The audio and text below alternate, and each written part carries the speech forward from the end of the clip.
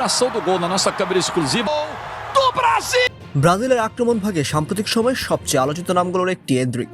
বল পায়ে দারুণ ঝলক, সঙ্গে গোল করার অবিশ্বাস্য সক্ষমতা।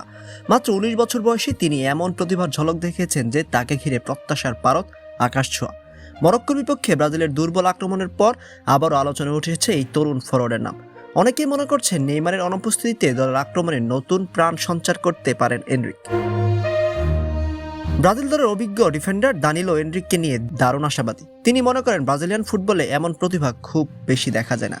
দানিলোর ভাষায় এনরিক একজন দুর্লভ রত্ন, যার রয়েছে ম্যাচের গতিপথ বদলে দেওয়ার অসাধারণ ক্ষমতা। শক্তি, গতি, আত্মবিশ্বাস এবং গোল করার সহজাত দক্ষতা তাকে অন্যদের থেকে আলাদা করেছে। যদিও মরক্কোর বিপক্ষে ম্যাচে এনরিক মাঠে নামার সুযোগ পাননি, তবুও তাকে নিয়ে সমর্থকদের আগ্রহ কমেনি, বরং পরবর্তী ম্যাচে তাকে একাদশে দেখার দাবি আরও জোরালো হয়েছে।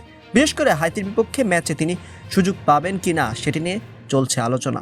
ব্রাজিল সমর্থকদের বিশ্বাস, এই তরুণ তারকা মাঠে নামলে দলের আক্রমণে বাড়তি ধার যোগ হবে। দানিলো আরও বলেছেন, এনরিক শুধু ভবিষ্যতের তারকা নন, তিনি বর্তমানে বড় প্রভাব রাখার সামর্থ্য রাখেন। তাই তাকে আরও গুরুত্বপূর্ণ ভূমিকায় দেখতে চান দলের সিনিয়র খেলোয়াড়রাও। তরুণ বয়সে যে আত্মবিশ্বাস এবং মানসিক দৃঢ়তা তিনি দেখিয়েছেন, তা তাকে অনেক দূর নিয়ে যেতে পারে।